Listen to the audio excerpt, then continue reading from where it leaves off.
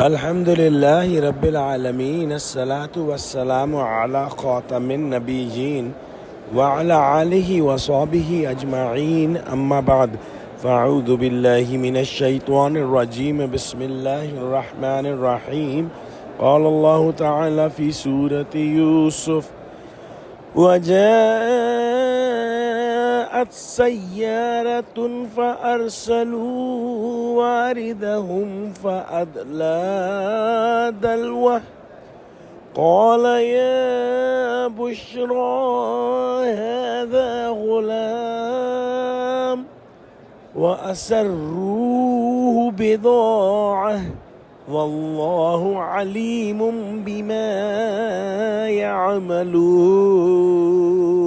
ترجمہ: اب خدا کی شان دیکھو کہ اس کنویں کے قریب ایک قافلہ آوارد ہوا اور انہوں نے پانی کے لیے اپنا سقا بھیجا۔ اس نے کنویں میں ڈول لٹکایا تو یوسف اس سے لٹک گئے۔ وہ بولا زہے قسمت، یہ تو نہایت حسین لڑکا ہے، اور اس کو قیمتی سرمایہ سمجھ کر چھپا لیا، اور جو کچھ وہ کرتے تھے خدا کو سب معلوم تھا۔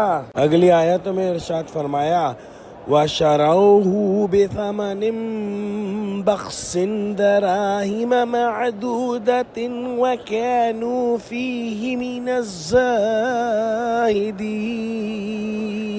ترجمہ: اور اس کو تھوڑی سی قیمت یعنی معدود چند درہموں پر بیچ ڈالا، اور انہیں ان کے بارے میں کچھ لالچ نہ تھا۔ مفسرین نے لکھا ہے کہ 3 روز تک یوسف علیہ السلام کنویں میں رہے۔ اللہ سبحانہ و تعالی نے حفاظت فرمائی۔ ایک بھائی یہودا کے دل میں ڈال دیا کہ وہ ہر روز کنویں میں کھانا پہنچا آتا تھا۔ ویسے بھی سب بھائی خبر رکھتے تھے کہ مرے نہیں، کسی دوسرے ملک کا مسافر نکال لے جائے تو ہمارے درمیان سے یہ کانٹا نکل جائے۔ آخر کار مدین سے مصر جانے والا ایک قافلہ گزرا، اور وہاں انہوں نے کنویں کو دیکھ کر اپنا آدمی پانی بھرنے کو بھیجا۔ اس نے ڈول ڈالا تو حضرت یوسف علیہ السلام چھوٹے تو تھے ہی، ڈول میں ہو بیٹھے اور رسی پکڑ لی۔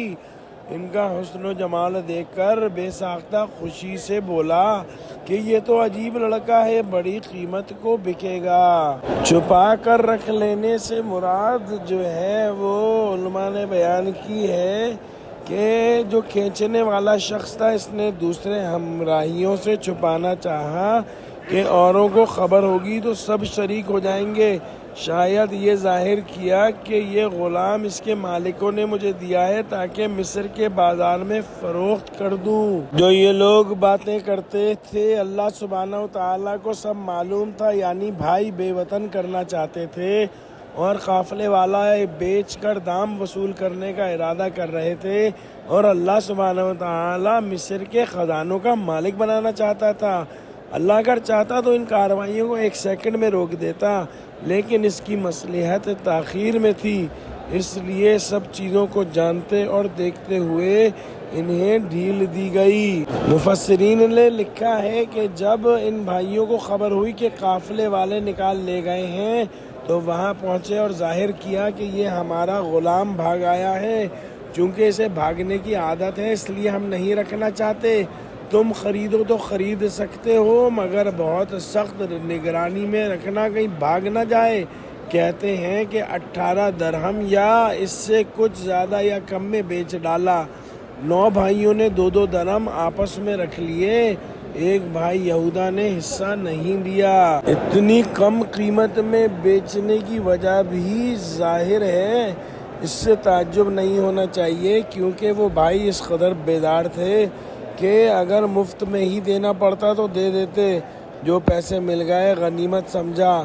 بعض مفسرین کہتے ہیں کہ آیت میں اس بیع کا ذکر ہے جو قافلے والوں نے مصر پہنچ کر کی۔ اگر ایسا ہو تو کہا جائے گا کہ پڑی ہوئی چیز کی قدر نہ کی، اور یہ اندیشہ رہا کہ پھر کوئی آ کے دعویٰ نہ کر بیٹھے۔ نیز بھاگنے والے غلام کا عیب سن چکے تھے، اس لیے سستے داموں میں بیچ ڈالا۔ واللہ عالم۔ اللہ سبحانہ و تعالی ہم کو قرآن کا فہم عطا فرما. آمین. وآخر دعوانا الحمدللہ رب العالمین. السلام علیکم ورحمۃ اللہ وبرکاتہ.